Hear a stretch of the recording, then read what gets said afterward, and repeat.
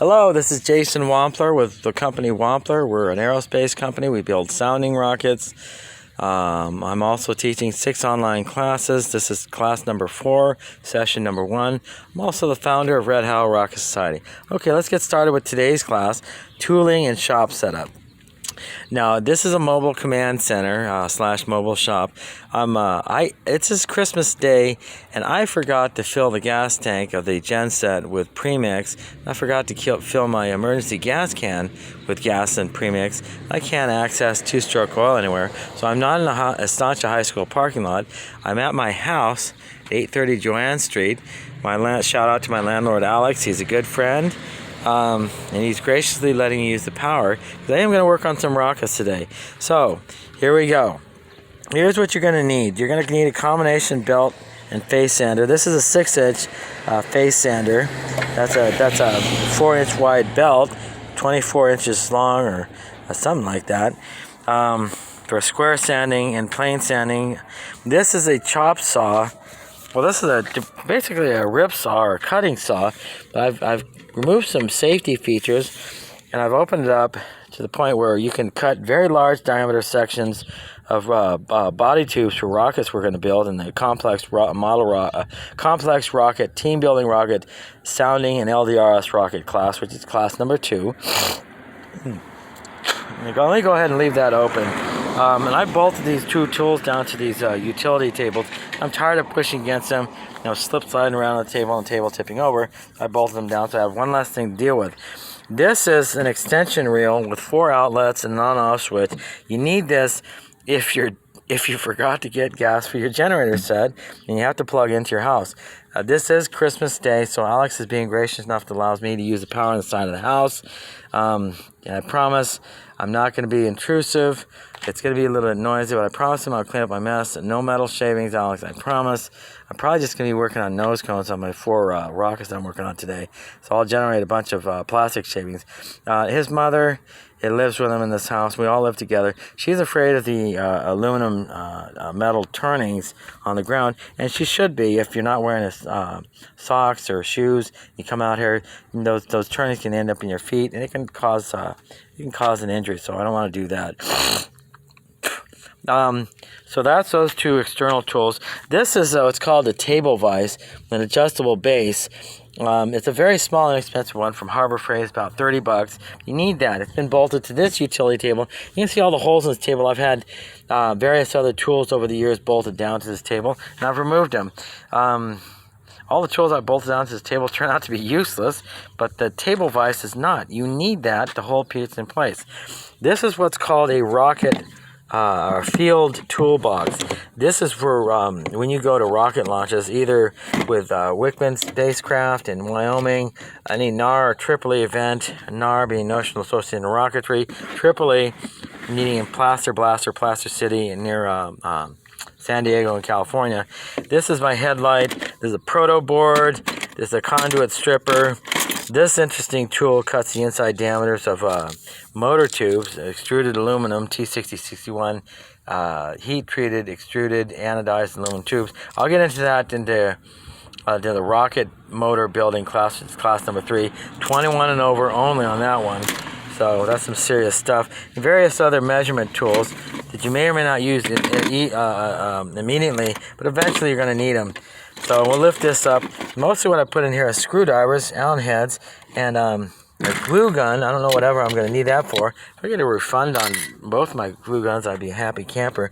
I don't think I'm ever going to use them, but you might need these in emergency in the field as plug it into your gen set, run some glue along a broken fin, repair that. This is a right angle, and I use that to square up this dimension here and that dimension there. So you do what's called square sanding. You square sand the end of a cut rocket tube, and then you make sure it's perpendicular to the long axis rocket.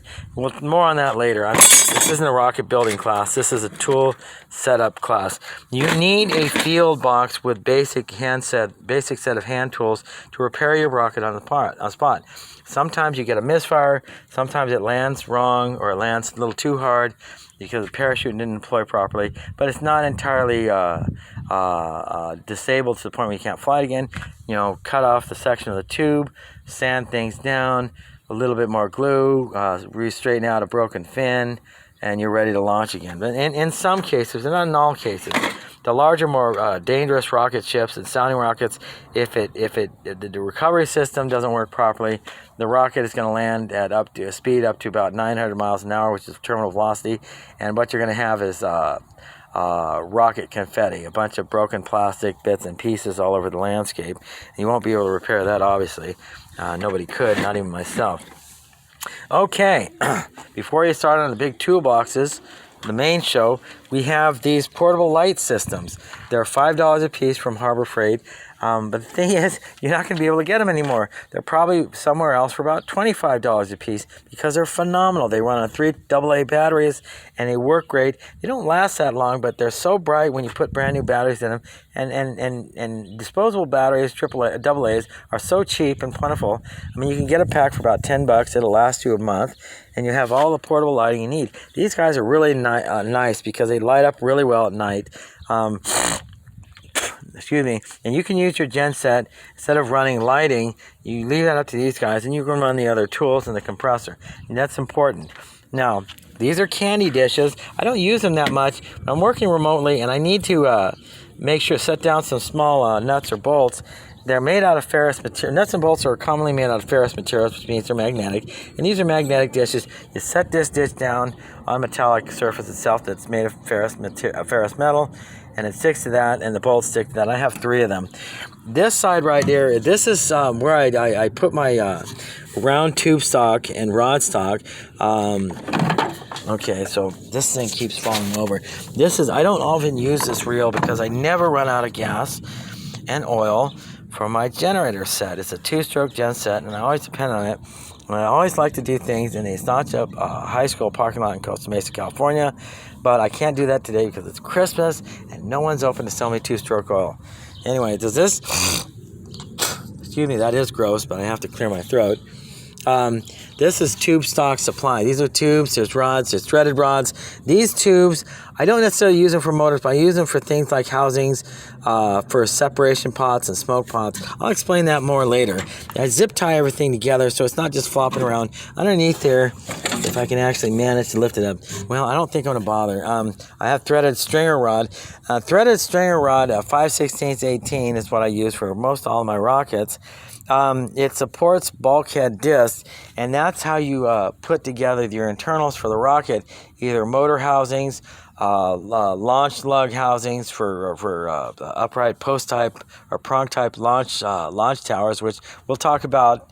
I believe that's in let's say class number 5 on how to construct launch support equipment.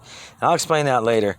This over here, this is more scarce tool supply. This is plate aluminum, and I'm going to tell you what, you're going to have to get something called electric shears, and you're going to have to get a magic marker. And the thing is, you're going to be cutting shelves made out of plate aluminum with your electric shears, and you're going to cut them to fit in between the discs, the bulkhead discs of your heavy-duty launch vehicle or your model rocket launch vehicle, if it has an electronics bay. And I'll tell you why. You're going to have to work with various materials. You're going to have the objective of aerospace is always the lightest, strongest materials available, the least amount of production and construction time, the least amount of parts, the simplest, the most robust design, especially as that relates to sounding rockets. And guys, I got to tell you, ladies and gentlemen, I got to tell you today, I'm reading up on the resurgence of the use of sounding rockets. People are building sounding rockets now. They're starting to, and they're doing incredible, amazing things with them, and I want a piece of that financial pie. Because I got to tell you, I'm in it for the love, but I need to make some money too, so I can pay the bills. Money's not important. Money's important, but it's not that important. Anyway, okay. So working our way back. These are the Mastodons. This is a Husky toolbox I got from Home Depot. This is a US General toolbox. Both of these toolboxes, I'm not entirely satisfied with their performance, but you know what? It is what it is. I'm living on cash right now because I'm trying to get my online classes monetized and off the ground. Underneath the hood, see, one of the rods for the hood shock is bent. They still work anyway, so I don't care. Funny how that works. These are box tools. I keep all my small box tools excuse me, I'm sorry, I did it again, and I spit on my fireman neighbor's sidewalk. I mean, any disrespect by that. So these are dial caliper, box of circle saws, more dial calipers, some automotive tools, some bits, drill bits, and fittings and pieces for my drill. And let's go on down the way. We're just going to leave that drawer up. These are screwdrivers, and I never seem to have. The past 35 years, I've been both an automotive engineer and master mechanic, and I never seem to have enough drawer space for all my screwdrivers. Maybe I'll take more out of here and put them in here. I have the most ridiculous population of screwdrivers.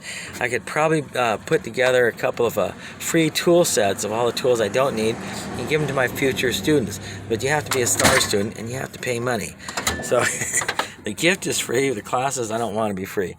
I have all the wrenches on the planet, even one that I've made custom for an application on the BMW. Like I said, I've been a master mechanic and automotive engineer for 35 years. I'm still an automotive engineer, but I've given up on mechanics because I don't like dealing with the politics. I'm dealing with a lot of thankless, ungrateful people who think they know more than I do about cars. And I'm here to tell you folks, nobody knows more than myself or other guys or men or women like me who are both master mechanics and engineers. So respect your mechanic. I'm not going to go off on that. This is all my 3/4, half-inch drive, socket drives, extensions, breaker bars, lots of breaker bars, lots of wrenches, 1/4 inch, 3 grades, and even half-inch drivers.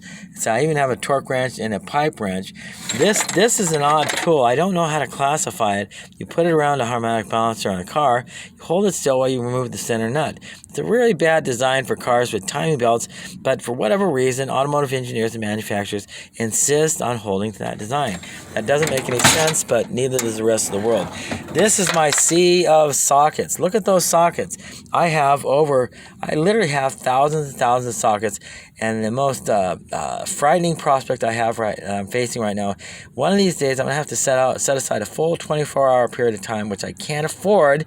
I'm already working 105 hours a week, and I've got to organize all these sockets. This is ridiculous. I have 1/2-inch drive sockets. I have 3/4 inch drive sockets.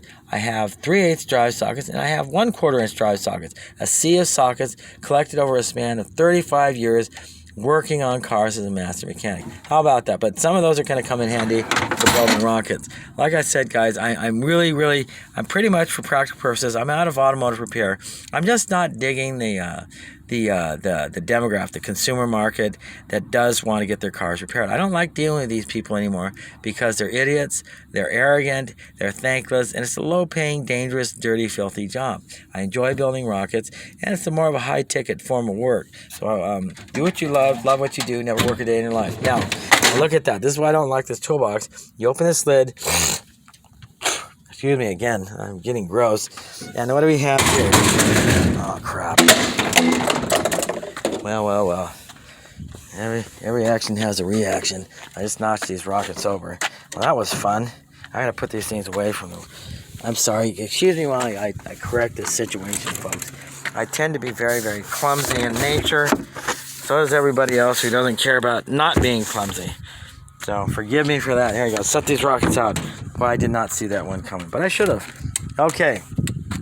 Now we're going under the hood of this huge General toolbox.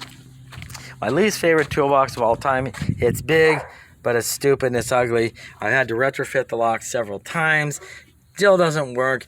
The drawers fly open on an angle. So I work on Sancha High School parking lot or Fairview Park in Costa Mesa on level ground. I don't usually work on the side of the street because things tip over. And look at that. That damn thing is still misbehaving. This thing is going to fall over and create more problems. I'm telling you, I am literally at war with inanimate objects. They're fighting me, but you know what? I'm fighting back. Okay, I'm going to write a book about that too. I'm serious. Okay, here we go. 3/4 inch grinder, belt sander, plane sander, angle drill. You need angle drills. This is what's called a hammer drill. Guys, you need a hammer drill, and you need a mill, you need a sawzall.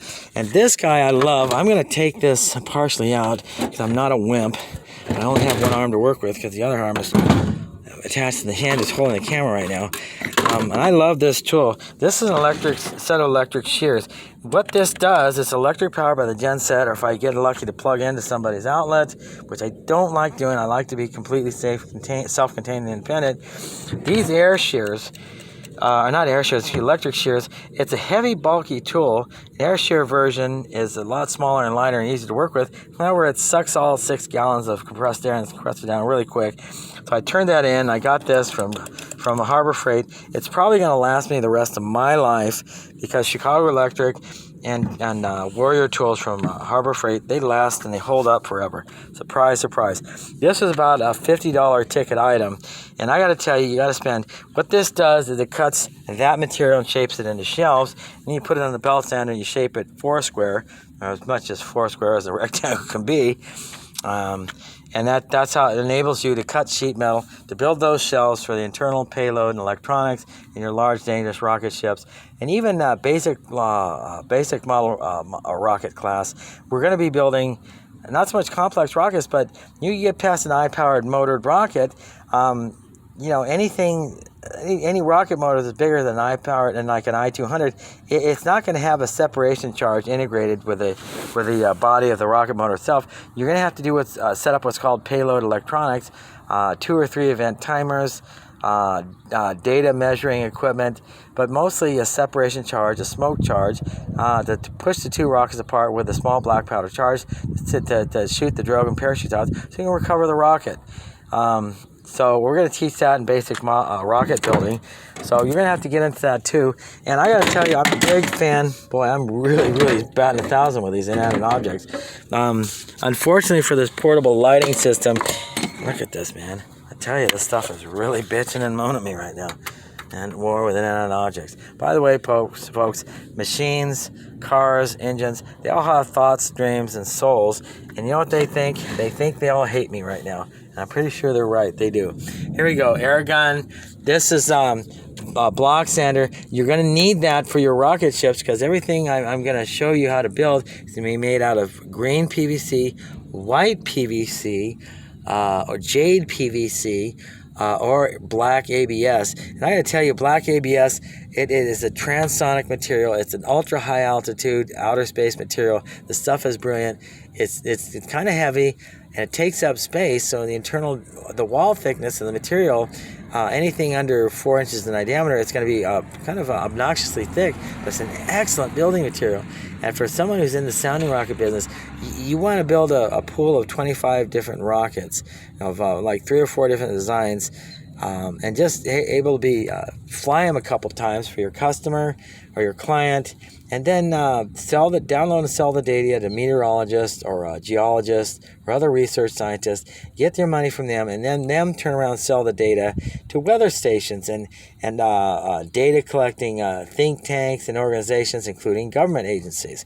And they make money, and then you make money. So you're not going to become a millionaire, I don't think, but it's if you enjoy what you do and do what you enjoy, you never work a day in your life. This is the ugliest tool I've ever owned.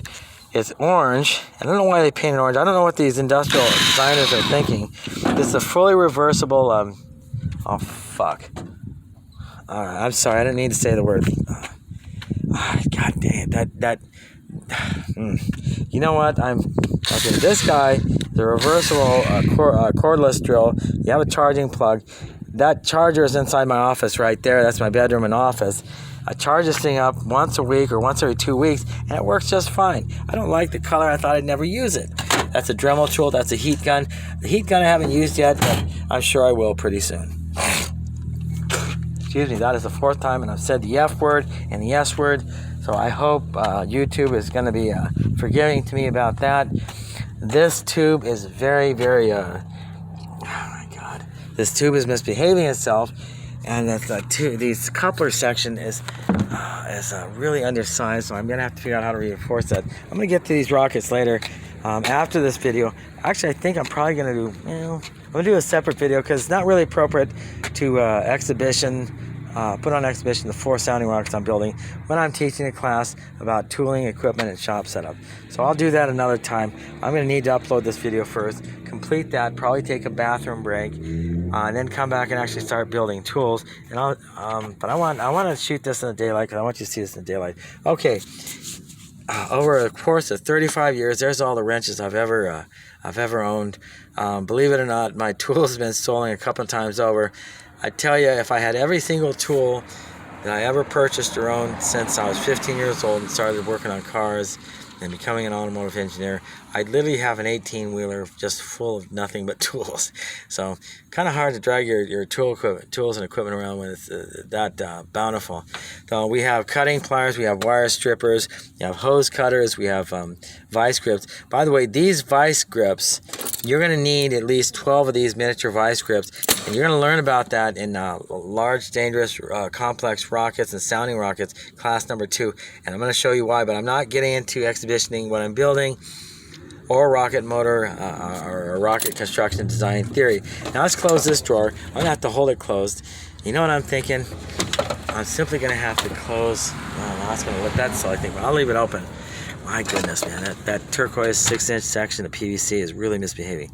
There you go. Down here, miscellaneous tools, spray gun, gravity feed, bladder, flashlight, angle drive for angle drive for my drill bit, circle hall cutter, a lot of headlights. I'm going to close this up because I'm going to need that access. So now what I'm going to do is break out this stand because I don't want to set this thing down flat. This thing pops back closed. It really seems sometimes like I'm at war with inanimate objects. It seems to me right now, any solid object with more than 1 or 2 moving parts wants to fight me. I'm tired of that. Hold on.